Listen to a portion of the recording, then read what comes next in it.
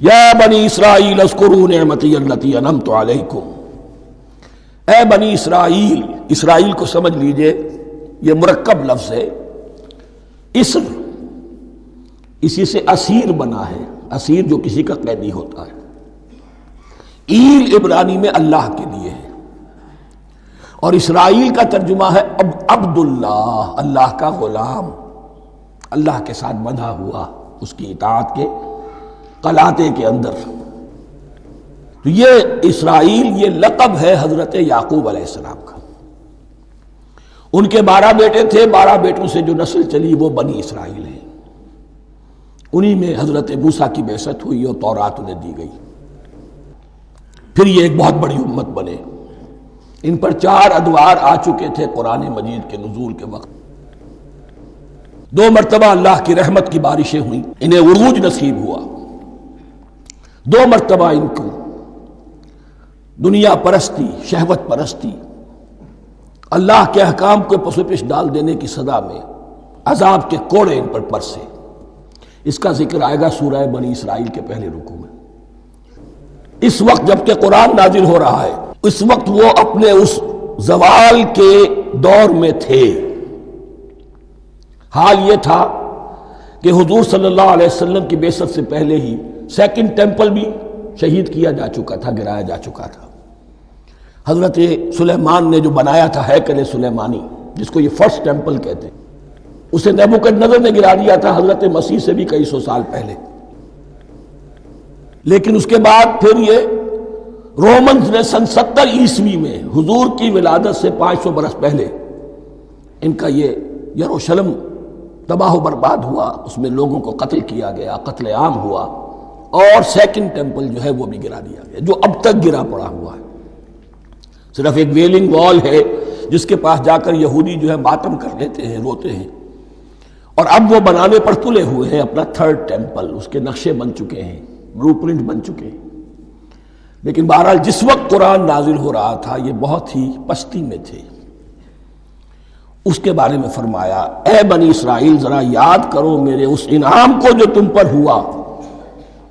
وہ انعام کیا ہے؟ میں نے تمہیں اپنی کتاب دی، نبوت سے سرفراز فرمایا، اپنی شریعت تمہیں عطا فرمائی، تمہیں داؤد، تمہارے اندر داؤد اور سلیمان جیسے بادشاہ اٹھائے، جو بادشاہ بھی تھے، نبی بھی تھے۔ وَأَوْفُوا بِعَهْدِي، اور میرے وعدے کو پورا کرو تاکہ میں بھی اپنے وعدے کو پورا کروں۔ یہ وعدہ ہے جو کتاب استثناء جو ہے اولڈ ٹیسٹمنٹ کی، ڈیوٹرانومی، اس کے 18ویں باب کی آیت نمبر 18 اور 19 میں ہے۔ حضرت موسیٰ سے خطاب کر کے اس میں اللہ نے یہ الفاظ فرمائے، میں ان کے بھائیوں میں سے تیرے مانند ایک نبی برپا کروں گا اور اس کے منہ میں اپنا کلام ڈالوں گا، اور وہ وہی کچھ بتائے گا جو میں اس سے کہوں گا۔ یہ گویا کہ حضرت موسیٰ علیہ السلام کی امت کو بتایا جا رہا تھا کہ نبی آخر الزماں آئیں گے اور تمہیں انہیں قبول کرنا ہے۔ قرآن مجید میں اس کا بڑا تفصیلی ذکر سورہ اعراف میں آئے گا انشاءاللہ۔ لیکن یہاں فرمایا اوفوا بعہدی اوف بعہدکم، تم میرا عہد پر پورا کرو، میرے اس نبی کو تسلیم کرو، اس پر ایمان لاؤ، اس پر کی صدا پر لبیک کہو، تو میں تمہیں میرے انعام و اکرام اور بڑھتے چلے جائیں گے۔ وَإِيَّايَ فَارْهَبُونِ، اور صرف مجھ سے ڈرو۔ وَآمِنُوا بِمَا أَنزَلْتُ مُصَدِّقًا لِمَا مَعَكُمْ، اور ایمان لاؤ اس پر جو میں نے نازل کیا ہے، جو تمہارے پاس جو تورات ہے اس کی تصدیق کرتے ہوئے آیا ہے۔ اس کے 2 معنی ہے، ایک تو قرآن تصدیق کرتا ہے تورات کی اور انجیل کی، فیہا ھدی و نور، فیہ ھدی و نور، اور دوسرے یہ کہ قرآن اور محمد صلی اللہ علیہ وسلم ان پیشین گوئیوں کے مصداق بن کر آئے ہیں جو تورات میں تھی، ورنہ وہ پیشین گوئیاں جھوٹی ثابت ہوتی۔ ان کے مصداق کون ہے؟ قرآن اور محمد صلی اللہ علیہ وسلم۔ یہ دونوں معنی اس کے ہیں۔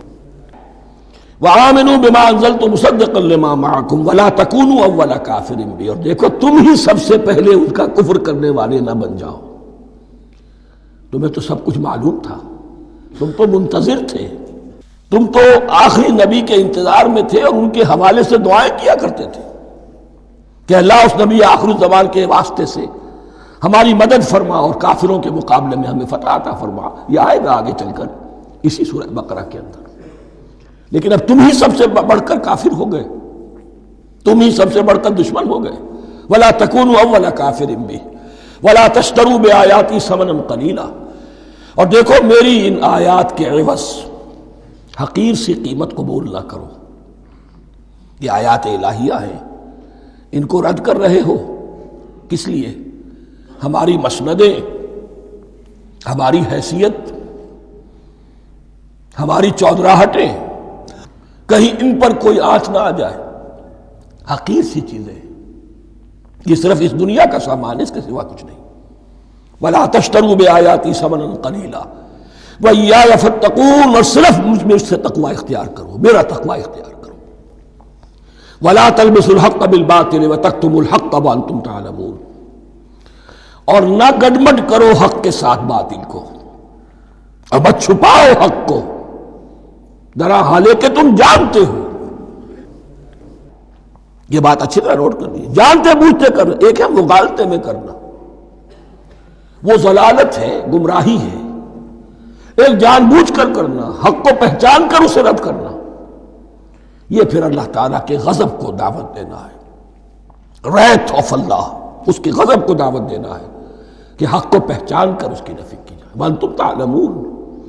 علماء یہود، قرآن مجید میں آگے چل کر آئے گا، ایسے پہچانتے تھے محمد کو اور قرآن کو جیسے اپنے بیٹوں کو. یعرفونہ کما یعرفون ابناہم، ایسے پہچانتے جیسے اپنے بیٹوں.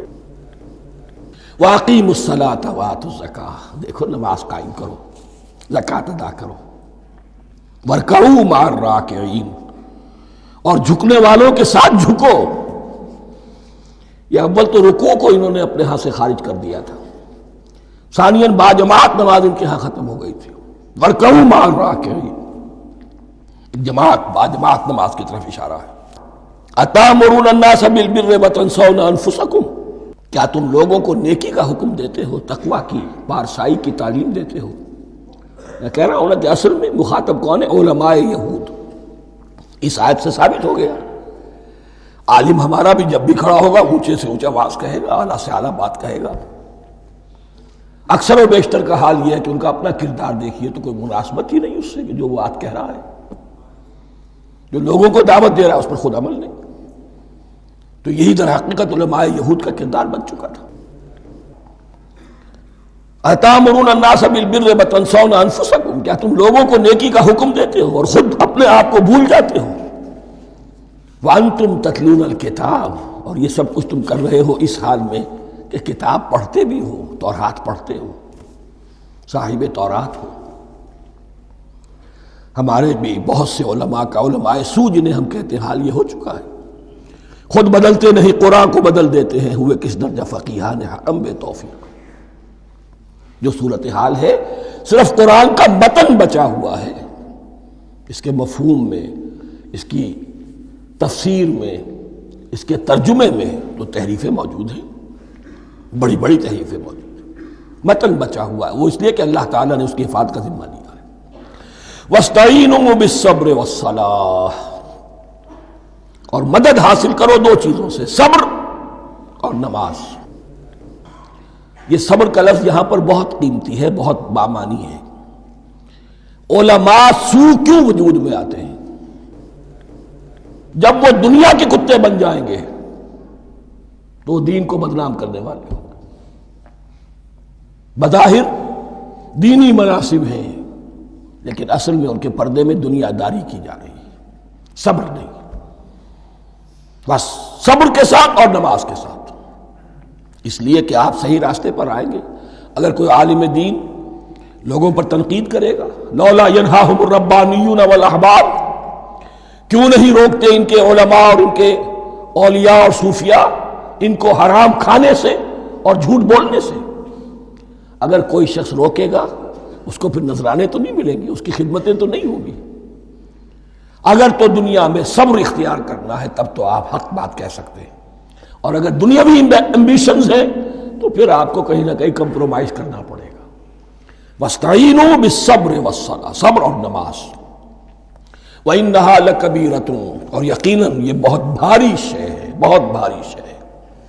عام طور پر خیال یہ ہے کہ انہا کی ضمیر صرف صلاۃ کی طرف جاتی ہے، نماز بہت بھاری ہے۔ ایک رائے یہ ہے کہ نہیں، یہ پورے طرز عمل کی طرف جا رہی ہے۔ یہ طرز عمل کہ خود صبر کرو، اس دنیا میں صبر کرو، دنیا اور دنیا کے متعلقات میں کم سے کم پر قانے ہو جاؤ، اور حق کا بول بالا کرنے کے لیے میدان میں آ جاؤ۔ یہ طرز عمل، اور اس میں پھر نماز، الصلاۃ عماد الدین۔ وَإِنَّهَا لَكَبِيرَةٌ إِلَّا عَلَى الْخَاشِعِينَ، یہ یقیناً بہت بھاری چیز ہے، یہ روش، یہ رویہ بھی بہت بھاری اور نماز بھی بہت بھاری ہے، سوائے ان خشوع رکھنے والوں کے، ڈرنے والوں کے، جن کے دل جھک گئے ہیں اللہ کے سامنے۔ الَّذِينَ يَظُنُّونَ أَنَّهُم مُّلَاقُو رَبِّهِمْ، جنہیں یہ یقین ہے کہ انہیں اپنے رب سے ملاقات کرنی ہے، جیسا کہ میں نے شروع میں توجہ دلائی تھی، وَبِالْآخِرَةِ هُمْ يُوقِنُونَ، یہ ایمان بالآخرت ہے جو انسان کو سیدھا رکھتا ہے عمل کے میدان میں۔ الذین یظنون انہم ملاقو ربہم وانہم الیہ راجعون، اور جنہیں یہ یقین ہے کہ بالآخر اسی کی طرف ہمیں لوٹنا ہے۔ بارک اللہ لی ولکم فی القرآن العظیم ونفعنی وإیاکم بالآیات والذکر